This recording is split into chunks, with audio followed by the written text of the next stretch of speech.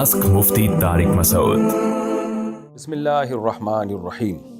मोहम्मद रहीम साहब कराची से ज़ोहर की नमाज में फ़र्ज़ के बाद की दो सुन्नतें अगर फ़र्ज़ से पहले पढ़ ली तो कोई हरज है?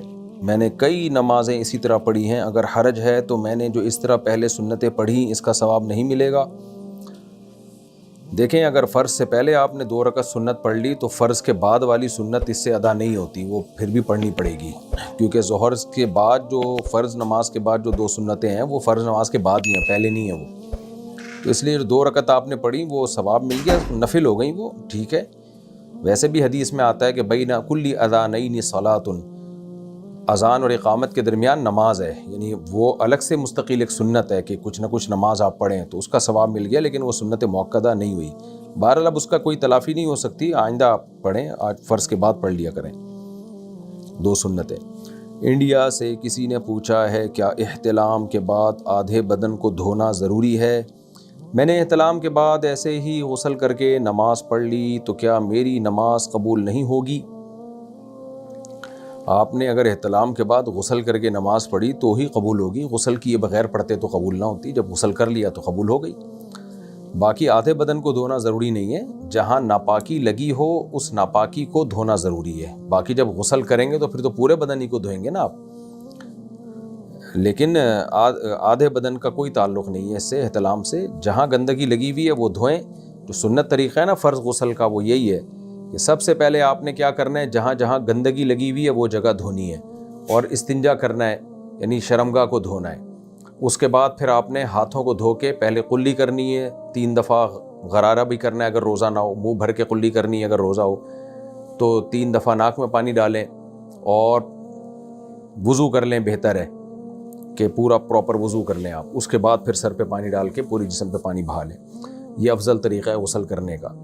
और दूसरे दर्जे में ये भी ठीक है कि आपने गंदगी दूर की, फिर इस्तिंजा किया और उसके बाद हाथ धोए आपने, फिर कुल्ली की, नाक में पानी डाली और फिर डायरेक्ट पूरा गुस्ल कर लिया। पहले वाला तरीक़ा ज़्यादा अफजल है, दूसरा तरीक़ा भी ठीक है। दोनों तरीक़ों से सुन्नत का सवाब मिलेगा इंशाअल्लाह।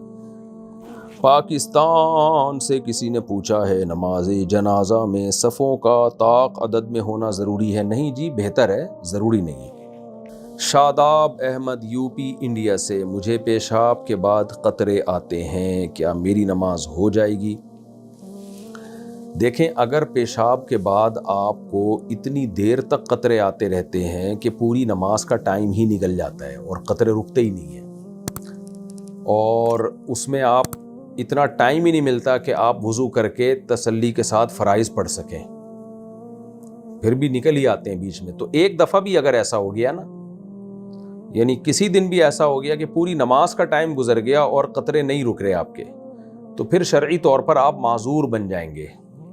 और माज़ूर का मतलब ये होता है कि फिर वो जब नमाज का वक्त दाखिल हो एक वज़ू करे बस, और फिर उससे जितनी चाहे नमाज़ें पढ़े, फ़राइज़, वाजिबात, सुन्नतें सब पढ़ता रहे, उससे तिलावत भी करे, उससे फिर उसका क़तरा निकलने से वज़ू नहीं टूटेगा, क्योंकि शरई तौर पे वो माज़ूर है। फिर माज़ूरों की फहरिस्त से वो निकलेगा उस वक्त कि जब पूरी नमाज का टाइम गुजर जाए और एक दफ़ा भी क़तरा ना आए। यानी एक दफ़ा माज़ूरों की फहरिस्त में दाखिल होना तो मुश्किल है, क्योंकि उसके लिए ज़रूरी है कि पूरी नमाज का टाइम गुजर जाए और क़तरे कंटिन्यू आते रहें, आप नमाज ही ना पढ़ पाएँ उसमें। लेकिन फिर माज़ूरों की फहरिस्त में दाखिल रहने के लिए ये ज़रूरी नहीं है कि हर नमाज में ऐसा ही हो, बल्कि फिर पूरी नमाज के टाइम में एक दफ़ा भी क़तरा आएगा तो माज़ूर ही समझे जाएंगे आप।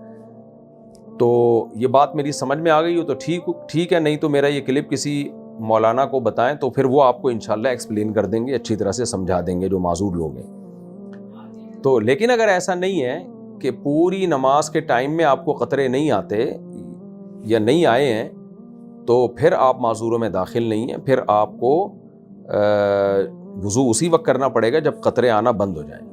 तो आपके लिए बेहतर ये है कि आप नमाज से पहले पेशाब ना किया करें, बल्कि नमाज से आधा 1 घंटा पहले पेशाब से फ़ारिग हो जाया करें आप। ये इंसान के इख्तियार में होता है कि पेशाब नहीं भी आ रहा हो कर दे, ताकि नमाज के वक्त पे पेशाब ना आए। तो 1 घंटा पहले आप पेशाब कर लें। जैसे लोग रात को सोते हुए पेशाब करके सोते हैं ना, कि रात को उठना ना पड़े, हालांकि उनको पेशाब आ नहीं रहा होता, लेकिन वो कर लेते हैं पहले एहतियातन कि यार थोड़ा बहुत भी अगर ब्लेडर में, मसाने में पेशाब है तो वो भी निकल जाए, ताकि रात हम आराम से सो जाएं। तो आपने ये करना है کہ جب نماز کا ٹائم ہونا، جیسے جماعت کھڑی ہوتی ہے 3:30 بجے 4 بجے جو بھی ٹائم ہے، تو آپ نے 1 گھنٹہ پہلے پیشاب کر لیا، تو اس سے یہ ہوگا کہ جو قطرے 1 گھنٹے تک نکلنے ہوں گے نکل جائیں گے. تو اس کے بعد آپ نے کیا آدھا گھنٹہ پہلے، جو بھی آپ کو اپنی عادت کا خود پتہ ہوگا کہ کتنی دیر تک قطرے آتے ہیں. پھر جب نماز کے لیے آپ نے کھڑے ہونا ہے تو آپ نے کیا کرنا ہے بھائی، اندازے سے شلوار کو تھوڑا سا دھو دینا ہے کہ آپ کا خیال ہو جہاں جہاں قطرے لگے ہوں گے وہ جگہ، تو یہ انڈر ویئر پہن کے رکھیں تو اس جگہ کو اندازے سے دھو دیا کریں. اس میں شک کرنا وہم کرنا جائز نہیں ہے کہ یہاں نہ لگاؤ، یا بھائی جہاں آپ کا خیال ہے کہ یہاں لگے ہوں گے تو وہ جگہ آپ دھو دیں اور استنجا کر لیں اور وضو کر کے نماز پڑھ لیں. تو یہ طریقہ ہے ان لوگوں کا جو معذور ہیں. اور اگر 1 آدھ قطرہ نکلا ہو تو اس کو دھونا بھی ضروری نہیں ہے، بہتر ہے دھو لینا، لیکن پھر دھونا ضروری نہیں ہے اس کو، اگر وہ پھیلا نہ ہو زیادہ.